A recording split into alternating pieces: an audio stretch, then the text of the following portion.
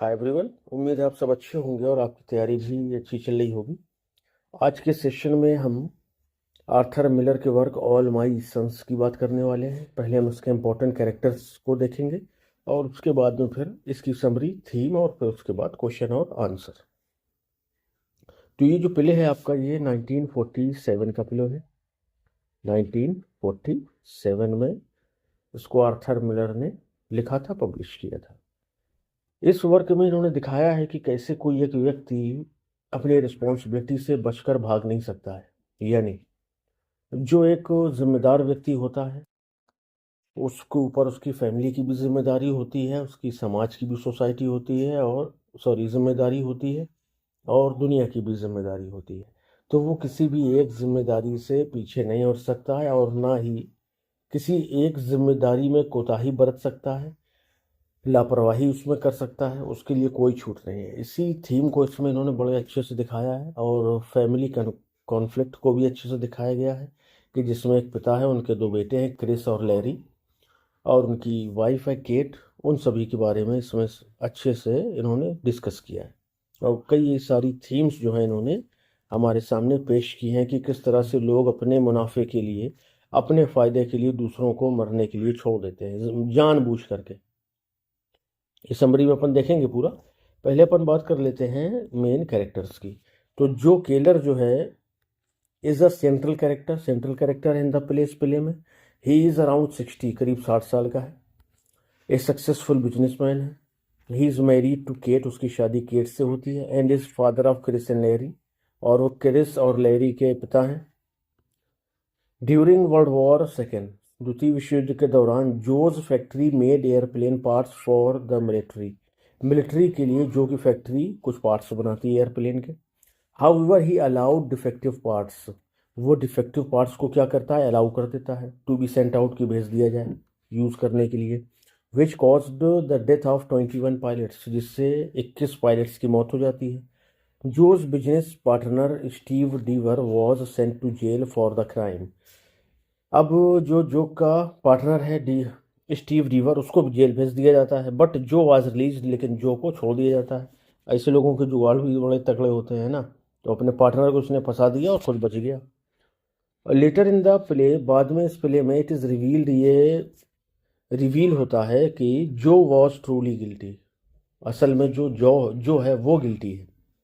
He let Steve take the blame, उसने Steve को blame, दोष को लेने दिया, यानी उसको गलती स्वीकार करने दी। To protect his own family, अपने परिवार को प्रोटेक्ट करने के लिए, एंड बिजनेस, और बिजनेस को प्रोटेक्ट करने के लिए।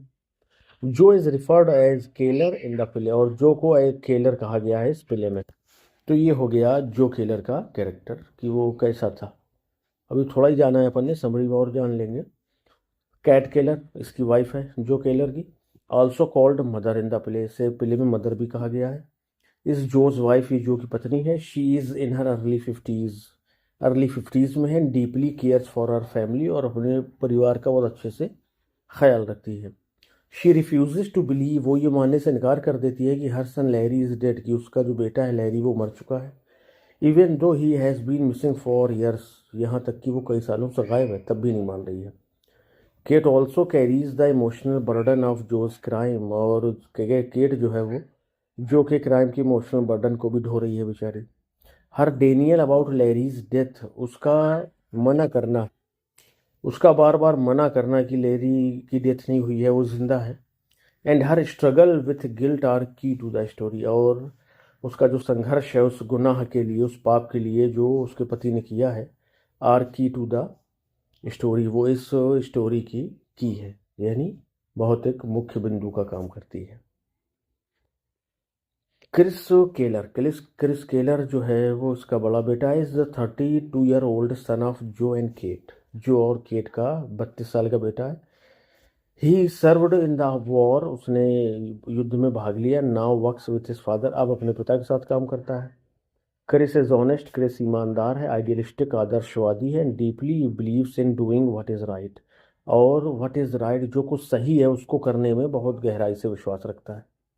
ही लव्स एंडेवर, वो एंडेवर से प्यार करता है। Who was once engaged to his brother Larry, जो कभी उसके भाई लैरी की फियांसे हुआ करती थी। Chris plans to marry her, Chris उससे शादी करना चाहता है, इवन दो इट अपसेट्स हिज मदर, जबकि ये बात जो है उसकी माँ को थोड़ी सी बुरी लगती है, उसे दुखी कर देती है। He is shocked and heart broken, वो शॉक हो जाता है, heart broken when he learns, जब वो जानता है the truth such about his father's crime, अपने पिता के जुर्म के बारे में। कोई भी बेटा हो जाएगा क्योंकि जब वो जानेगा कि मेरे पिता की वजह से इतने लोगों की जान चली गई है। ये आए लेरी केलर, दूसरे बेटे हैं इनके, never appears in the play, कभी प्ले में नहीं दिखे हैं। He is the younger son, ये छोटे बेटे हैं जो और केट के। He went missing during the war, वो वॉर के दौरान खो जाते हैं। And is believed to be dead, और उन्हें मान लिया जाता है कि वो मर गए। Larry was once in love with Ann, Larry कभी एन से प्यार करता था। लेटर इन द प्ले, बाद में इस प्ले में इट इज़ रिवील्ड, ये बात खुल करके सामने आती है दैट कि लैरी किल्ड हिमसेल्फ, लैरी ने खुद को मार लिया after learning about his father's crime, अपने पिता के जुर्मों को जानने के बाद। Which deeply affects the rest of the family, जिसने बाकी बचे हुए परिवार को बहुत ज़्यादा धक्का पहुंचाया। एन डीवर की बात करेंगे। एन डीवर 26 ईयर ओल्ड है। She was Larry's girlfriend but now wants to marry Chris. ठीक है, पहले लेरी की गर्लफ्रेंड थी लेकिन अब वो क्रिस से शादी करना चाहती है। Ann stopped speaking to her father, Ann अपने पिता से बात करना बंद कर देती है स्टीव से, स्टीव डीवर जो हमने पढ़ा ऊपर। आफ्टर हिज अरेस्ट, उनके गिरफ्तारी के बाद। शी इज़ काइंड, वो बड़ी दयालु है, स्ट्रॉन्ग विल्ड और मजबूत इच्छा शक्ति वाली है। Ann has known for years that Larry is dead, Ann को कई सालों से पता है कि लैरी मर चुका, but did not tell the Kellers to avoid hurting them, लेकिन वो किलर परिवार को नहीं बता रही थी कि उनको बड़ी चोट पहुंचेगी। She finally reveals the truth in the climax, वो अंततः क्लाइमैक्स में राज खोल देती है या सच बता देती है। George Deever is Ann's brother and Steve's son, he is 32 years old and a lawyer. He was also a soldier during the war, वो युद्ध के दौरान एक सिपाही भी था। George at first believes his father is innocent, George पहले तो मानता है कि उसके पिता निर्दोष हैं। And comes to stop Ann, और स्टॉप एन को रोकने आता है फ्रॉम मैरिंग क्रिस, क्रिस से शादी करने के लिए। लेकिन after talking to the Kellers, Kellers से बात करने के बाद he starts to doubt Steve again, वो फिर से स्टीव यानी अपने पिता पर शक करने लगता। स्टीव डीवर, स्टीव डीवर does not appear on stage, ये भी स्टेज में नहीं आया। ही वॉज जोस पार्टनर, ये जो का पार्टनर है। And is in jail for faulty airplane parts, और यही बेचारा जेल में बना रहता है फॉल्टी पार्ट्स के लिए। ही क्लेम्स दैट जो वॉज एक्चुअली रिस्पॉन्सिबल, वो कहता है कि असल में तो जॉन जो जिम्मेदार है। Others see him as weak and unable to stand up for himself, और दूसरे जो है उसे कमज़ोर समझते हैं और ऐसा व्यक्ति समझते हैं जो खुद के लिए नहीं लड़ सकता है। जबकि वो कह रहा है कि जो असली जिम्मेदार है, जो असली गुनाहगार है, वो जो है डॉक्टर जिम बेलिस।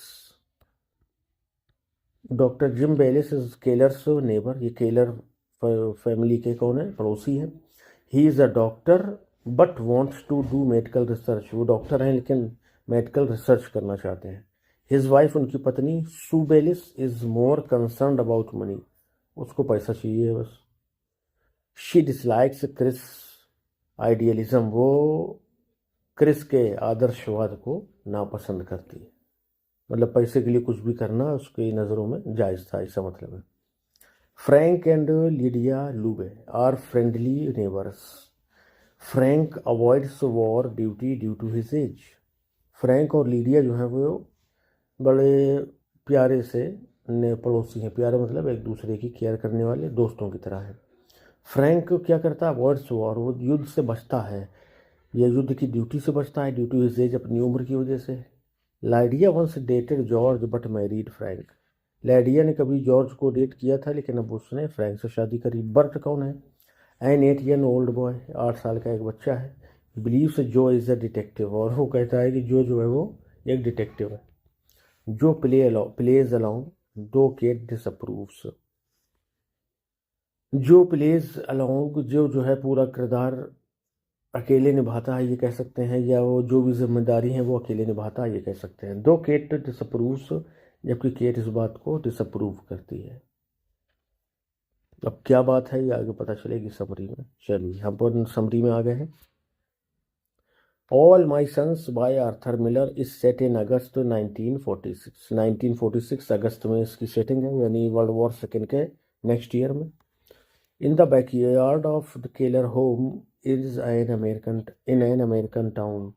और ये जो सेटिंग है ये केलर होम के बैकयार्ड में है, जो कि एक अमेरिकन टाउन में घर है। द स्टोरी सेंटर्स अराउंड जो केलर के चारों तरफ कहानी घूमती है। अ सक्सेसफुल बिजनेसमैन, जो कि एक सक्सेसफुल बिजनेसमैन है, and his family as they confront painful truths about the past, particularly the disappearance of Joe's son Larry during World War II। और उसके परिवार के बारे में बात की गई है इसमें, मतलब जो केलर की भी बात है और उसके परिवार की भी बात है। As they confront painful truths, क्योंकि उन्हें बड़े दुखदाई क्या कहिए सच बातों का सामना करना पड़ता है। अबाउट द पास्ट, भूतकाल या पास्ट के बारे में। पार्टिकुलरली द डिसअपियरेंस ऑफ जोज सन, और ख़ास तौर से जो के बेटे के गायब हो जाने को लेकर के during world war second. Act 1 में देखिए क्या है। Begins with the aftermath of a storm that has snapped an apple tree planted in Larry's memory. जो पहला एक्ट है वो शुरू होता है आफ्टरमाथ ऑफ ए स्टार्म, एक तूफान के बाद के समय से। That has snapped an apple tree, जिसने एक सेब के पेड़ को उखाड़ फेंका है। प्लांटेड इन लेरीज मेमोरी, जो लेरी की याद में प्लांट किया गया था, लगाया गया था। Joe reads the newspaper, Joe newspaper पढ़ रहा है। With neighbours Frank and doctor Jim Bayliss, Frank और डॉक्टर जिम बेलिस अपने पड़ोसियों के साथ। एंड दे डिस्कस लाइफ, और वो जीवन के बारे में डिस्कस कर रहे हैं। वर्क, काम के बारे में। लेरीज सपोज्ड फेट, और लेरी के भाग्य के बारे में। फ्रैंक क्या करता है, mentions he is making a horoscope, वो मेंशन करता है कि वो एक होरोस्कोप बना रहा है to determine if Larry could still be alive, ये बात डिटरमिन निश्चित करने के लिए कि क्या अभी भी लेरी जिंदा है। बेस्ड ऑन द आइडिया, इस आइडिया पर बेस्ड दैट की one can not die on their favourable day, कि कोई भी व्यक्ति उस दिन नहीं मर सकता है जिस दिन उसका भाग्य उसके साथ में हो। अभी अच्छी बात है, सोच है अपनी। जोज अदर सन, जो का जो दूसरा बेटा है Chris, reveals he has invited Larry's former fiancee Ann Deever, वो बताता है कि उसने लैरी की भूतपूर्व मंगेतर को क्या किया है, बुलाया है दावत में। टू विजिट, घूमने के लिए। इंटेंडिंग टू प्रपोज हर, और इस इरादे से कि वो उसको प्रपोज करेगा शादी के लिए। ये बात ट्रबल्स केट, इसकी माँ केट को ट्रबल बड़े परेशान कर देती है, जो की वाइफ है। हु स्टिल बिलीव्स, जो भी मानती है कि लैरी इज अलाइव, लैरी जिंदा है। And sees Ann's visit as a betrayal, और वो एन के आने को एक धोखा मानती है। क्रिस इंसिस्ट, सो क्रिस जोर देता है लैरी इज गॉन, कि लैरी जा चुका माँ। And that life must move on, और ये भी कहता है कि जिंदगी को तो चलते रहना है ना। मीनवाइल, ठीक उसी समय, द ऑडियंस लर्न्स, ऑडियंस जान पाती है दैट की एन्स फादर स्टीव डीवर इज इन जेल, कि जो स्टीव डीवर हैं एन के पिता, वो प्रिजन जेल में है। For shipping faulty airplane, faulty airplane को शिप करने की वजह से, एयरप्लेन पार्ट्स को, sorry. I act that cause 21 pilots die, ये एक ऐसा काम था जिसकी वजह से 21 पायलट्स जो है वो मर गए थे। जो वॉज ऑल्सो इम्प्लीकेटेड बट एक्सोनरेटेड, जो है वो भी इम्प्लीकेटेड, उसमें शामिल था, लेकिन उसको एक्सोनरेट, आज़ाद कर दिया जाता है, उसे छोड़ दिया जाता है। एक्सोनरेट अच्छा वर्ड है क्वेश्चन 9 के लिए, इंटू 9 के लिए। एक्ट 2 में क्या होता है, अनफोल्ड्स द सेम इवनिंग, उसी शाम में ये शुरू होता है। Chris and Ann are engaged, Chris और एन की मंगनी हो जाती है। But have yet to tell Kate, लेकिन अभी उन्होंने कैट को नहीं बताया है। Sue Bayliss, Jim's wife, cynically advises Ann to leave town with Chris. Sue Bayliss जो है वो क्या कहती है, अपनी सनकपन से, मतलब वो सनकते हुए, या वो अचानक उसके दिमाग में ये बात आ जाती है और वो सनक जाती है इस बात से, और उससे कहती है एन से कि वो क्रिस के साथ में इस शहर को छोड़ दे। Implying that no one truly believes in Joe's innocence, implying इसमें ये बात थी अंदर मौजूद कि नो वन ट्रूली बिलीव्स, कोई भी सच नहीं मानता इस बात को कि जो है इनोसेंस निर्दोष है, यानी वो भी बराबर का दोषी है जैसा कि डीवर है। George Deever Ann's brother arrives unexpectedly after visiting their father in prison. अब क्या होता है कि जॉर्ज डीवर जो है, जो एन का भाई है, अराइव्स आ जाता है अनएक्सपेक्टेडली, अचानक ही, after visiting their father in prison, अपने पिता से जेल में मिलने के बाद। ही नाउ बिलीव्स, अब उसे पक्का यकीन है कि जो वाज द रियल कल्प्रिट, कि जो है वो असली गुनाहगार है। And causes him of allowing Steve to take the blame and accuses him, और वो दोष लगाता है जो के ऊपर कि आपने जो है हम मेरे पिता को जो है अपने ऊपर पूरी बात ले लेने को मजबूर किया, या उन्हें आपने अलाउ कर दिया, आप भी उसमें शामिल हैं, आप बच गए और वो जेल चले गए। Tensions rise when Kate accidentally reveals Joe was not actually sick on the day the parts were shipped. Tension और कब बढ़ जाती है जब केट एक्सीडेंटली, अचानक ही, यानी ऐसा कह दीजिए कि बिना मर्जी के क्या करती है, रिवील्स कर देती है जो है कि जो वाज नॉट एक्चुअली सिक, बीमार नहीं था उस दिन, on the day parts were shipped, जिस दिन पार्ट्स जो है भेजे गए, कंट्राडिक्टिंग हिज एलाबाय, उसकी एलाबाय यानी उसने जो अपना बयान दिया है उससे ये बात कंट्राडिक्ट करती है। Frank arrives with the completed horoscope, Frank आ जाता है कंप्लीटेड होरोस्कोप लेकर के, भविष्य बताने के लिए। क्लेमिंग इट, ये करते हुए कि प्रूफ्स लैरी इज अलाइव, और ये कहता है कि मैं ये प्रूव कर सकता हूँ कि लैरी जो है वो जिंदा है। विच रीइग्नाइट्स केट्स डेनियल, जो केट के डेनियल इनकार को और मजबूती दे देता है, यानी उसमें और आग में घी का काम करता है। यानी अभी तक तो वो थोड़ा थोड़ा कह रही थी कि अब शायद वो मानने लगी थी कि नहीं मर गया है, लेकिन जब वो आता है कहता है कि नहीं, मैं पूरे यकीन से कह रहा हूँ होरोस्कोप देख के कि लैरी जिंदा है, तो केट की जो इनकार करने की बात थी वो और मजबूत हो जाती है। Chris finally tells Kate is marrying Ann, और क्रिस अंततः केट को बता देता है कि वो एन से शादी कर रहा है। इन द इमोशनल कन्फ्रंटेशन, इसी इमोशनल कन्फ्रंटेशन के दौरान दैट फॉलोज, जो इसके साथ साथ चल रही है, जो इसके बाद आती है, केट एडमिट्स, केट ये बात एडमिट करती है दैट की एक्सेप्टिंग लैरीज डेथ, लैरी की डेथ को स्वीकार करना, बहुत इंपॉर्टेंट लाइन है, ध्यान से देखिएगा, would mean accepting Jose guilt, यानी कि अगर मैंने लैरी की डेथ को स्वीकार कर लिया तो इसका मतलब कि मैं जो के गिल्ट, गुनाह को भी स्वीकार कर रही हूँ। प्रेस्ड बाई क्रिस, क्रिस के द्वारा बाध्य होकर के, जो कन्फेस करते हैं दैट की he did ship the faulty parts, उन्होंने ही उन फॉल्टी पार्ट्स को शिप किया था। अभी देखिए डिड जो यूज़ किया है ना इन्होंने, इससे यहाँ पर ही का अर्थ निकलेगा, जो बात में जो है वजन या जोर पैदा करेगा कि नहीं मैंने ही किया है ये, I did do this my self, ऐसा बनेगा। जैसे आप नॉर्मल कहिए कि मैंने किया है, मैंने किया तो आई डिड दिस, लेकिन आप जब ये कहिए कि मैंने ही किया है तो आई डिड डू दिस, मैंने ही ये किया है। ठीक है, मतलब आपको जहाँ पर हेल्पिंग वर्ब नहीं लगनी होती ना, वहाँ पर हेल्पिंग वर्ब का यूज़ करके उस बात में अपन जोर देते हैं, उस पर प्रेशर बनाते हैं कि नहीं ये बात सच है, ऐसा ही है। Thinking they would not be used, और करेंगे मैंने इसलिए उनको भेजा था कि शायद वो यूज़ नहीं होंगे। Chris is devastated in storms of, Chris बहुत ज़्यादा गुस्सा हो जाता है और स्टॉर्म्स ऑफ बस अपने आप से बाहर हो जाता है। एक्ट थर्ड में आ जाइए। Act third takes place late that night, उसी रात को लेट एक्ट थर्ड शुरू होता है। Kate is waiting for Chris to return, Kate इंतज़ार कर रही है कि क्रिस लौट कर आए। जिम विजिट्स, जिम आता है and confesses he is always known John was guilty, और कहता है कि उसे हमेशा से पता था कि जो है वो गिल्टी है, गुनाहगार है। Joe tries to justify his actions, Joe कोशिश करता है जस्टिफाई करने की अपने काम को, बाई क्लेमिंग, ये क्लेम करते हुए कि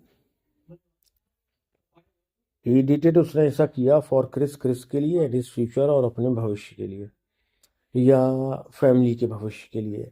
N brings out a letter, Ann एक लेटर बाहर लाती है लैरी का, रोट बिफोर हिज डेथ, जो लैरी ने लिखा था अपनी मौत से पहले, revealing he intended to crash his plane after learning of his father's crime, जिसमें ये बात उजागर होती है कि उसने जानबूझ करके क्रैश किया है अपने प्लेन को अपने पिता के जुर्म को जानने के बाद।